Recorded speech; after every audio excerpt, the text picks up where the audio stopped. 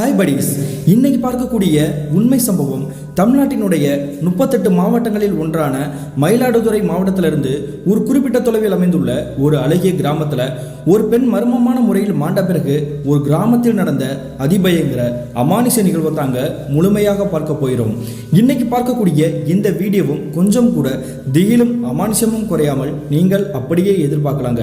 இதுவரைக்கும் நம்மளுடைய சேனலை சப்ஸ்கிரைப் பண்ணாமல் பார்த்துட்டு இருந்தீங்கன்னா சப்ஸ்கிரைப் பண்ணிட்டு பக்கத்தில் இருக்கக்கூடிய பெல் பட்டனையும் சேர்த்து கிளிக் பண்ணிக்கோங்க. நான் உங்கள் Afsar. Welcome to Afsar investigation.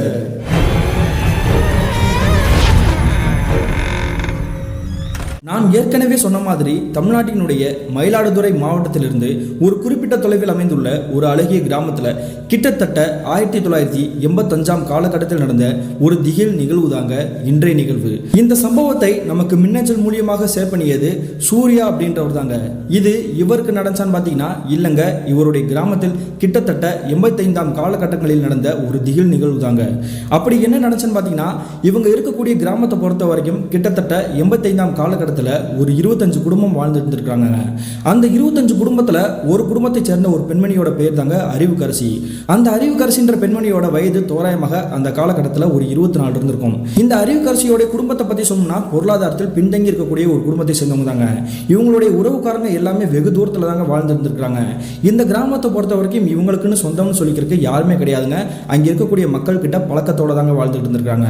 அந்த நேரத்துல தான் இந்த அறிவுக்கரசிக்கு இன்னொரு விஷயம் சொல்லணும் அப்படின்னா, பிறவியிலிருந்தே பார்வை தெரியாதுங்க. அதோடு தாங்க அந்த பெண்மணி வளர்த்து ஆளாக்கிட்டு இருந்திருக்காங்க.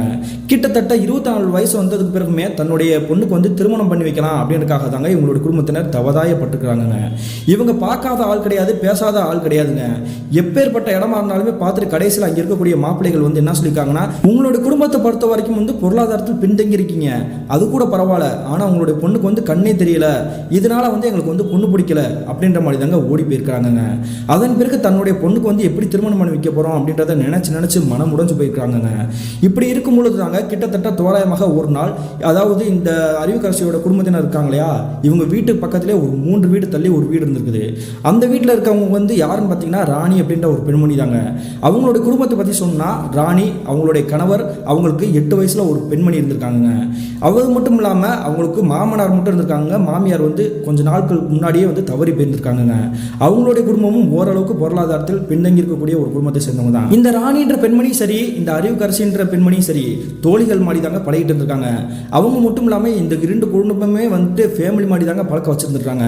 அந்த சமயத்துல தாங்க ஒரு நாள் இந்த ராணி இருக்காங்க இல்லையா, அந்த பெண்மணி நான் கடைக்கு போறேன், நீ என் கூட வரியா அப்படின்ற மாதிரி இந்த அறிவுக்கரசியை கூப்பிட்டுருக்காங்க.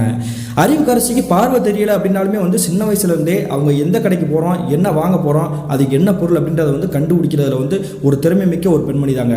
பொதுவாகவே கண்கள் தெரியாத நபர்களுக்கு புறமே வேற ஏதாவது ஒரு அறிவு இருந்திருக்கும். அந்த மாதிரி தாங்க இவங்களுக்கு அதிகபட்சமா ஒரு திறமை இருந்திருக்குதுங்க. யார் நம்ம முன்னாடி நிக்கிறா, யார் பேசுறா, பக்கத்துல யாராவது தொட்டா கூட அந்த நபர் யார் என்னன்றதை நல்லாவே யூகிப்பாங்க. அந்த சமயத்துல இந்த ராணின்ற பெண்மணிக்கு கடைக்கு போவோம் அப்படின்னு கூப்பிடுறாங்க இல்லையா, அப்படி கூப்பிட்ட உடனே இந்த அறிவுக்கரசி அவங்களுடைய அப்பா அம்மா கிட்ட சொல்லிட்டு நான் கடைக்கு போறேன் அப்படின்ற மாதிரி தாங்க கிளம்பி இருக்காங்க. அப்படி இந்த இருவருமே கடைக்கு போயிட்டு கிட்டத்தட்ட ஒரு 1/4 மணி நேரத்துக்கு பிறகு தாங்க மறுபடியும் இவங்களோட வீட்டுக்கே வராங்க. அப்படி வீட்டுக்கு வந்த பிறகு இந்த ராணின்ற பெண்மணி எதிர்ப்புறத்தில் இருக்கக்கூடிய ஒரு காட்சியை பார்த்துட்டு மிரண்டு போறாங்க. என்ன நடந்திருக்கு பார்த்தீங்கன்னா, இந்த அறிவுக்கரசின்ற பெண்மணியோட வீடு இருக்கு இல்லையா, அந்த வீடு பொறுத்த வரைக்கும் மேலே குடிசை போட்டு தாங்க கட்டிக்கிறாங்க. அந்த வீடு தீப்பத்தி கொந்தளிச்சு எரிஞ்சிட்டு இருக்குதுங்க. இப்படி தீப்பிடிச்சு எரிஞ்சிட்டு இருக்குதே, உன்னுடைய அப்பா அம்மா உள்ளதா இருக்காங்களா அப்படின்ற மாதிரி தாங்க இவங்களுடைய தோழியை பார்த்து கேட்குறாங்க. கேட்ட உடனே தாங்க இவங்களுக்குமே தெரிஞ்சிருக்குது, தீப்பற்றி எரியுதுன்றது இவங்களுக்குமே தெரியுது. இருந்தாலுமே பார்க்க முடியாது இல்லையா, அதனால ஓன் கத்திக்கிட்டு பக்கத்துலேயே நெருங்கி போறாங்க. அப்படி இந்த இருவரும் போற மாதிரி அங்கே இருக்கக்கூடிய மக்கள் எல்லாமே தண்ணியை ஊற்றி அணைக்கலாம் அப்படின்ற மாதிரி ட்ரை பண்ணியிருக்காங்க.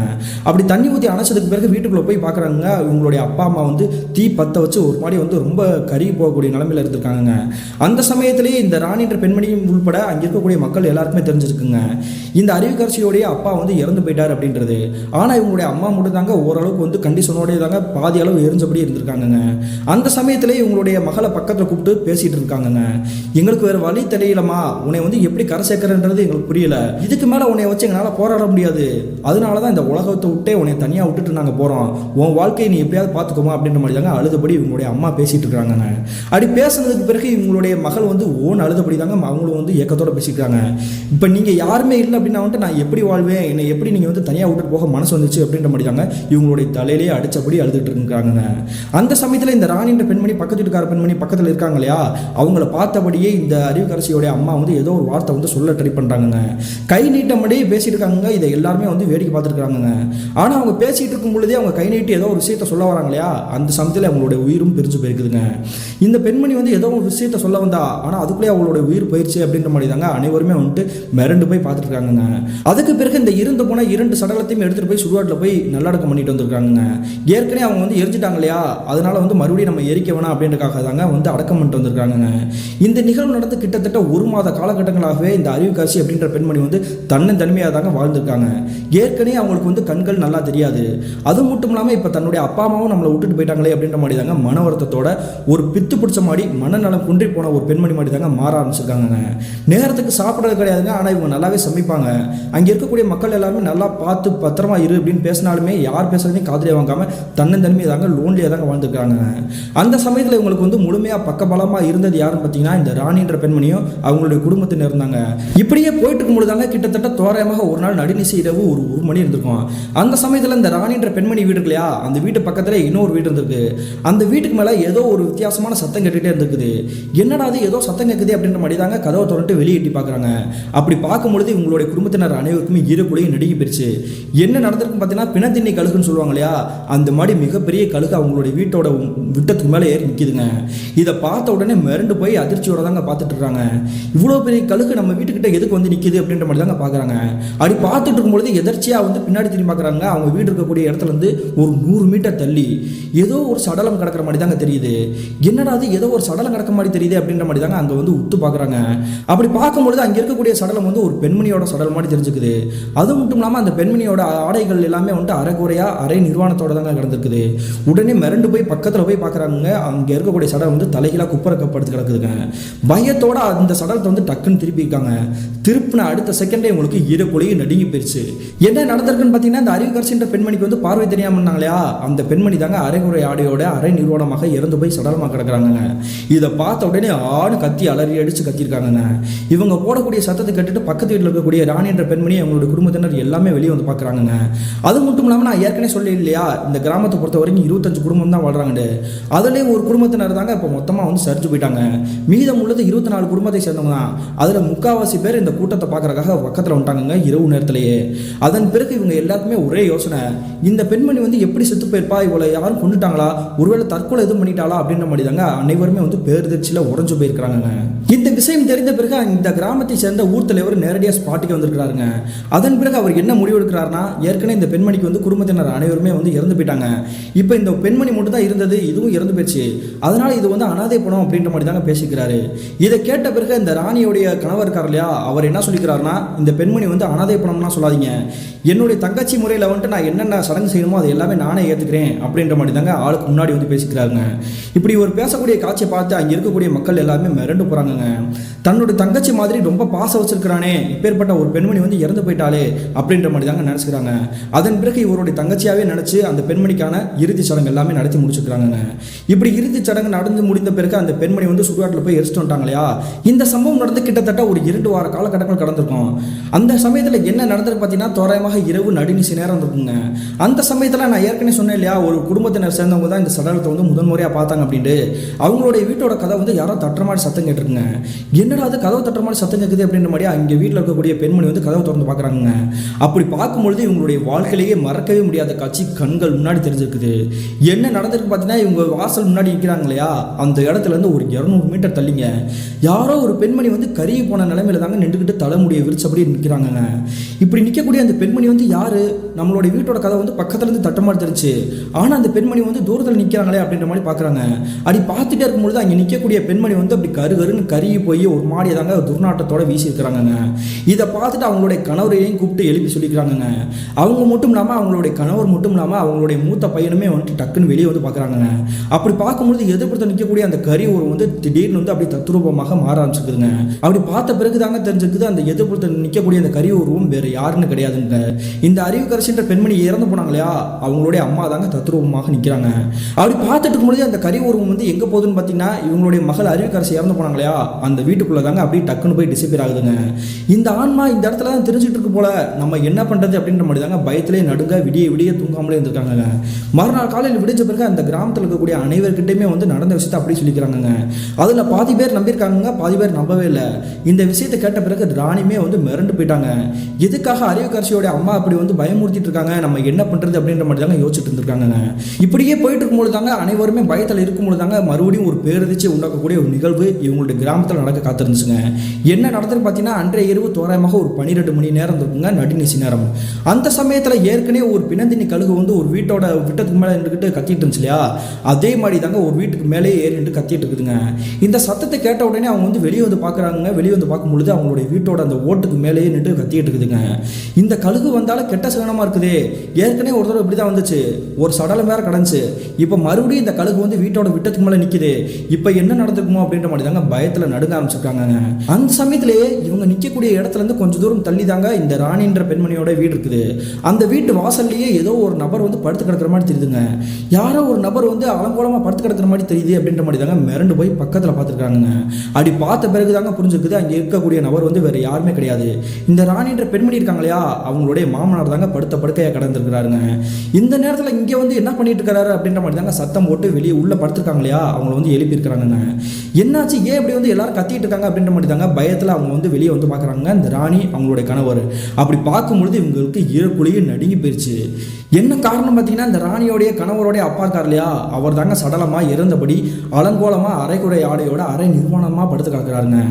இப்படி ஒரு இந்த இடத்துல எப்படி வந்தார், வீட்டுக்குள்ளே தானே இருந்தார், எதுக்கு இங்கே படுத்து கிடக்குறாரு அப்படின்ற மாதிரி தாங்க பக்கத்தில் போய் பார்க்குறாங்க. அப்படி பார்த்த பிறகு தாங்க தெரியுது அவர் வந்து உயிரோடையே இல்லை அப்படின்றது. அதன் பிறகு ஓன்னு தலையிலேயே அடித்தபடியே அழுதுட்டு இருக்காங்க. இப்படி நடக்கக்கூடிய காரியம் வந்து எப்படி நடந்துச்சுன்னு தெரியலையே, ஏன் எதுக்காக இவர் வந்து இந்த மாதிரி வந்து கொஞ்சம் கொடூரமாக இறந்து போனார் அப்படின்ற மாதிரி தாங்க பயத்தில் நடிக்கிட்டு இருக்கிறாங்க. அந்த சமயத்தில் ஏற்கனவே அந்த பெண்மணி வந்து பார்த்தாங்க இல்லையா, அதாவது இந்த அருவிக்கரசியுடைய அம்மாவுடைய ஆன்மாவை, அந்த பெண்மணி அந்த கூட்டத்துக்கு மத்தியிலேயே வார்த்தை விட ஆரம்பிச்சிருக்காங்க. எனக்கு நல்லா தெரியும், உன்னுடைய மாமா வந்து கொண்டது வேற யாருமே கிடையாது, அருவிக்கரசியோடைய அம்மா தான் அப்படின்ற மாதிரி தாங்க அழுதுகிட்டே சொல்லிக்கிறாங்க. இதை கேட்டுட்டு அந்த கிராமத்து மக்களே ஆடி போயிட்டாங்க. அதன் பிறகு மறுநாள் காலையில் விடிஞ்ச பிறகு அவருக்கு செய்யக்கூடிய இறுதி சடங்கெல்லாம் செய்யறதுக்காக துக்கம் நடந்த வீட்டில் வந்து ஆட்கள்லாம் வருவாங்க இல்லையா, அதுக்காக ஏற்பாடு பண்ணிட்டு இருக்காங்க. அப்படி ஏற்பாடு பண்ணிட்டு இருக்கும்போது அங்கே இருக்கக்கூடிய மக்கள் அனைவருக்குமே அங்கே இருக்கக்கூடிய சடலத்தை பார்த்துட்டு பேருதிர்ச்சியில் உறைஞ்சு போயிருக்காங்க. என்ன காரணம் பார்த்தீங்கன்னா இங்கே படுத்து கிடக்கக்கூடிய அந்த சடலம் வந்து கருகருன்னு கருப்பாக ஒரு மாதிரி கருப்படைச்ச மாதிரி தாங்க கிடந்திருக்குது. ஏன் இப்படி கிடக்குது, ஒருவேளை பாம்பு கடிச்சுன்னா கூட உடம்பு பூரா வந்து நீளமாக இருக்கும், ஆனால் வந்து உடம்பே வந்து ஒரு மாதிரியே கருப்பாக இருக்குது.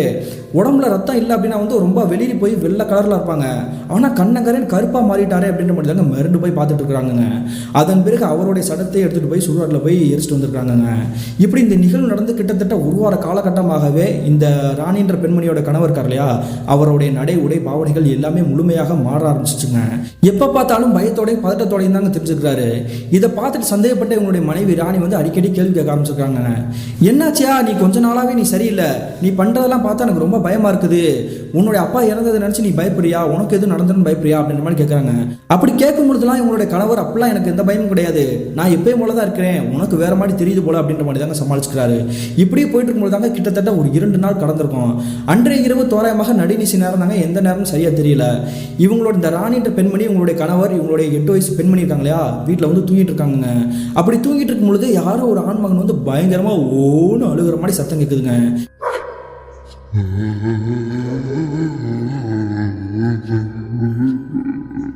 இந்த சத்தத்தை கேட்ட உடனே இந்த ராணின்ற பெண்மணி வந்து தூக்கத்திலிருந்து டக்குன்னு எந்திரிச்சு முழிச்சு பார்க்குறாங்க.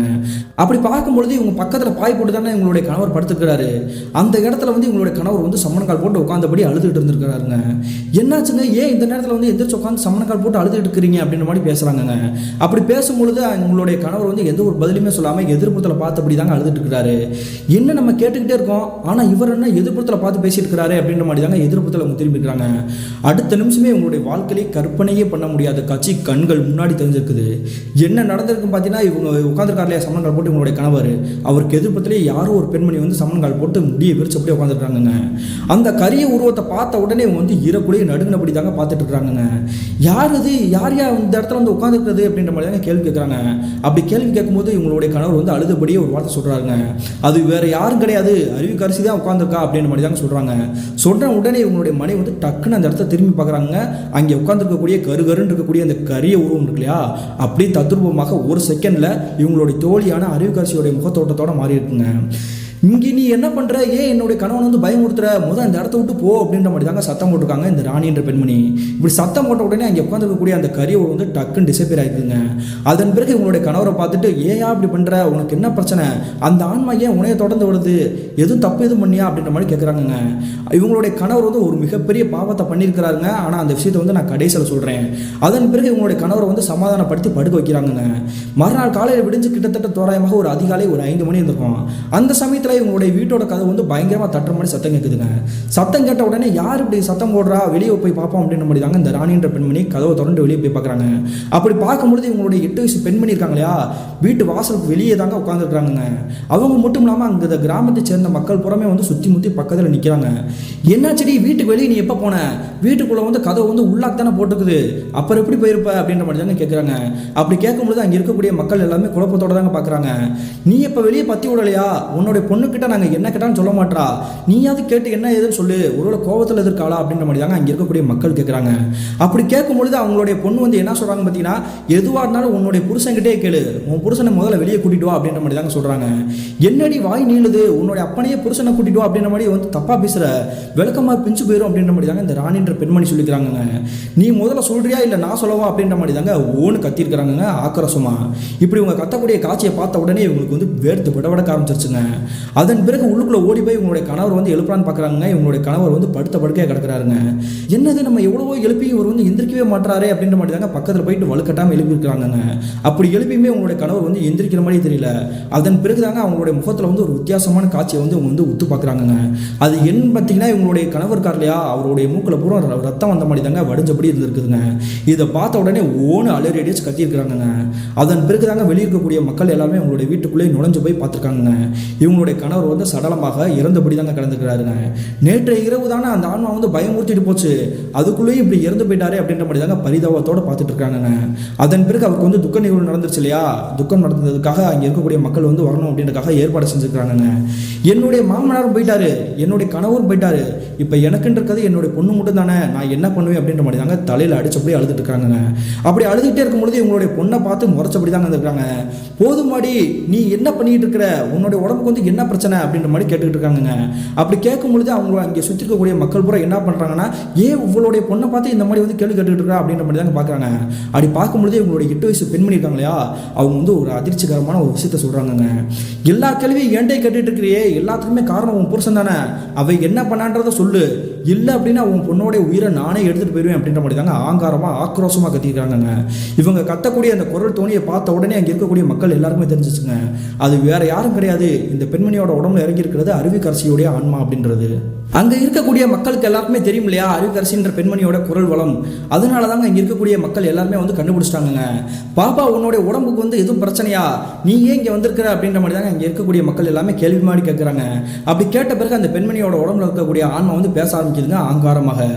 நான் வந்து இவங்களுடைய பொண்ணு கிடையாது, நான் தான் அருவிக்கரசி வந்திருக்கிறேன், எனக்கு மிகப்பெரிய பாவத்தை பண்ணிட்டு தான் இந்த குடும்பத்தினர் அனைவருமே சந்தோஷமா இருக்கிறாங்க, அதனால தான் அடுத்தடுத்த உயிர் பலிகளை நான் ஏற்படுத்திக்கிட்டே இருக்கிறேன், இது எல்லாத்துக்குமே உடந்தையா இருந்ததுமே இந்த ராணின்ற பெண்மணி தான் அப்படின்ற மாதிரி தாங்க சொல்றாங்க. சொன்ன உடனே அங்கே இருக்கக்கூடிய மக்கள் எல்லாமே மிரண்டு போய் பார்க்குறாங்க. ஒழுங்கு மரியாதையை நீ என்ன பண்ண அப்படின்றத வந்து சொல்லிடு, இல்லை அப்படின்னா நாங்கள் என்ன பண்ணுவோம்னே தெரியாது அப்படின்ற மாதிரி தாங்க அங்கே இருக்கக்கூடிய மக்கள் எல்லாமே கோபத்தோட இந்த ராணின்ற பெண்மணியை பார்த்து கேட்குறாங்க. அப்படி கேட்ட பிறகு தாங்க இந்த ராணின்ற பெண்மணி வந்துட்டு ஓன் அழுதபடியே நடந்த விஷயத்தை கூட ஒவ்வொன்றா சொல்ல ஆரம்பிக்கிறாங்க. என்ன நடந்திருக்கு பார்த்தீங்கன்னா, கிட்டத்தட்ட சில மாதங்களுக்கு முன்னாடி இந்த அருவிக்கரசின்ற பெண்மணியோட அப்பா அம்மா வந்து தீப்பிடிச்சு எரிஞ்சு போனாங்க இல்லையா, அப்படி எரிஞ்சு இறந்து போன பிறகு இந்த பெண்மணி வந்து தன்மையில் தாங்க வாடிட்டு இருந்திருக்காங்க. அவங்களுக்கு ஆறுதலாகவும் பக்கபலமாகவும் இருந்தது இந்த ராணி ராணின்ற பெண்மணி அவங்களோட குடும்பத்தில் இருந்தாங்க. அந்த சமயத்தில் இந்த பெண்மணி வந்து தன்னந்தனிமையில் குளிக்கும் பொழுது யாரோ ஒரு நபர் வந்து கவனிக்கிற மாதிரியே தெரிஞ்சுக்குங்க இந்த அறிவுக்கரசின்ற பெண்மணிக்கு. அதற்கு பிறகு தாங்க தெரிஞ்சுக்குது அந்த நபர் வந்து வேறு யாருமே கிடையாது, இந்த ராணின்ற பெண்மணியோட கணவர் தான், அதாவது தன்னுடைய தோழியோட கணவர் தான். ஏன்னா இவங்களுக்கு வந்து கண் பார்வை தெரியாது, அதனால அவங்க குளிக்கும் பொழுது எட்டி பார்க்கறது, தெரியாத நேரத்தில் வர்றது, இரவு நேரத்தில் வந்து பக்கத்தில் வந்து டச் பண்ணுறது, இந்த மாதிரி செயலில் வந்து தொடர்ந்து ஈடுபட்டுட்டே இருந்திருக்காருங்க. இந்த விஷயத்தை வந்து என்னுடைய மனைவி கிட்ட நீ சொன்ன அப்படின்னா வந்து உயிரோடே வந்து புதைச்சிருவேன் அப்படின்ற மாதிரி தாங்க மிரட்டிகிட்டே இருந்திருக்காருங்க. ஒரு கட்டத்துக்கு பிறகு இந்த பெண்மணி மேலே உள்ள சபல புத்தியின் காரணத்தினால அந்த பெண்மணி கிட்ட வந்து அத்துமீறி சித்திரவாதம் பண்ணியிருக்கிறாங்க. அப்படி ஒரு சித்திரவாதம் பண்ணக்கூடிய காரியத்தை பார்த்த உடனே இங்கே வீட்டுக்குள்ள வந்து யாரோ ஒரு நபர் வந்து நுழைஞ்ச வர மாதிரி தெரியுதுங்க. அது வேற யாரும் கிடையாதுங்க, இந்த ராணின்ற பெண்மணியோட கணவருடைய அப்பா இருக்கார் இல்லையா, அவர் தாங்க. என்னடா அவ்வளோ பெரிய அநியாயம் பண்ணிட்டு இருக்க அப்படின்ற மாதிரி தாங்க ஆக்ரோஷத்தோட உள்ள வந்து சண்டை போடுற மாதிரி இருந்திருக்காங்க. நான் தெரியாதனமா தப்பு பண்ணிட்டேன்ப்பா, நீ மன்னிச்சுக்கோங்க அப்படின்ற மாதிரி தாங்க இவர் வந்து கேட்டுக்கிறாங்க இந்த ராணியோடைய கணவர்.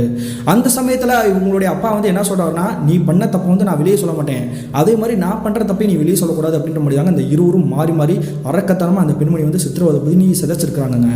அதன் பிறகு அந்த பெண்மணியை வந்து கொண்டு அவங்க வந்து செத்து போயிட்டாங்க அப்படின்றது வந்து வெளியே யாருக்கும் சந்தேகம் வரக்கூடாது இல்லையா, அதனால தாங்க சடலத்தை வந்து வேற ஒரு வீட்டுக்கு பக்கத்தில் தூக்கி எரிஞ்சுக்கிறாங்க. இப்படியே இவ்வளோ பெரிய தப்பு நடந்துருச்சு, இதுல இருந்து நம்ம தப்பிக்கணும், ஒருவேளை இந்த பிரச்சனையில வந்து நம்ம மாட்டக்கூடாது அப்படின்ற காண்டிதாங்க, நல்ல பேர் எடுக்கணும் அப்படின்னு காண்டிதாங்க இந்த பெண்மணி வந்து இறந்து போனதுக்கு அப்புறம் இறுதி சடங்கு வந்து நடத்தக்கூடாது, அனாதை தான் அப்படின்ற மாதிரி தாங்க அந்த ஊர் தலைவர் சொல்லிக்கிறாரு. அதெல்லாம் அனாதை கிடையாது, என்னுடைய தங்கச்சி தான், என்னோட தங்கச்சியா நினைச்சு நான் இறுதி சடங்கு செய்கிறேன் அப்படின்ற மாதிரி ஊர் மக்களுக்கு முன்னாடி நல்ல ஒரு மாதிரி வேஷம் போட்டுதாங்க அந்த இறுதி சடங்குலேயே உட்காந்துருக்காங்க.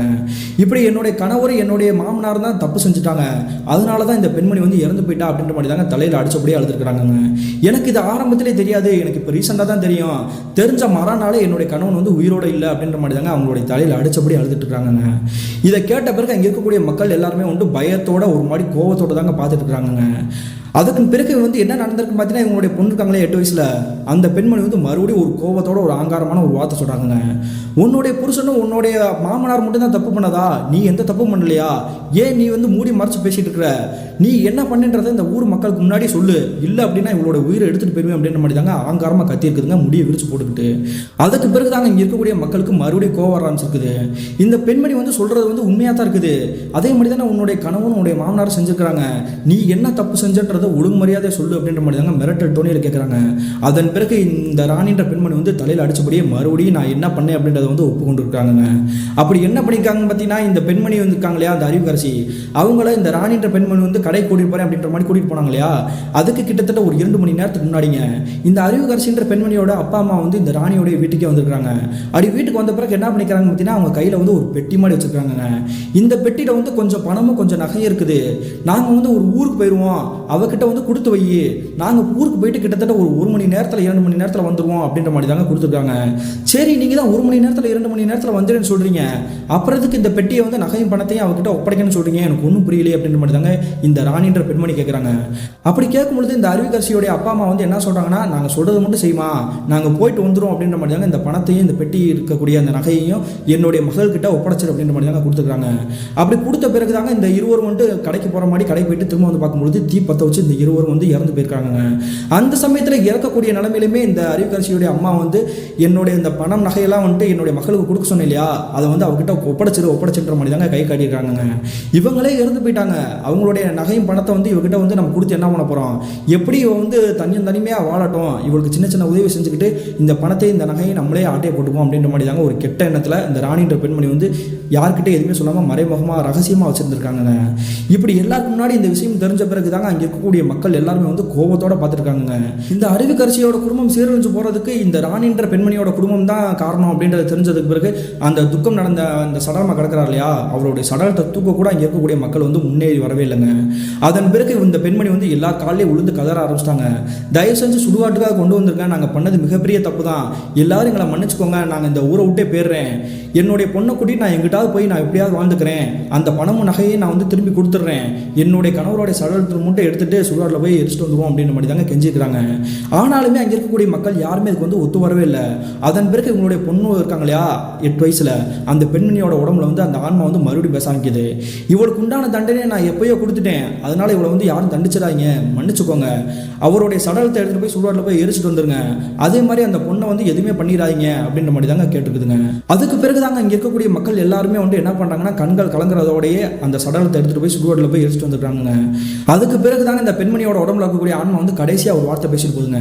இனிமேல் என்னாலேயோ என்னுடைய அப்பா அம்மாவாலேயோ எந்த ஒரு பிரச்சனையும் பாதிப்பு வராது, நீங்கள் எல்லாரும் நிம்மதியாக இருங்க அப்படின்ற மாதிரி தாங்க சொல்லிட்டு கடைசி அந்த ராணின்ற பெண்மணியை பார்த்து அழுதபடி பேசியிருக்குங்க.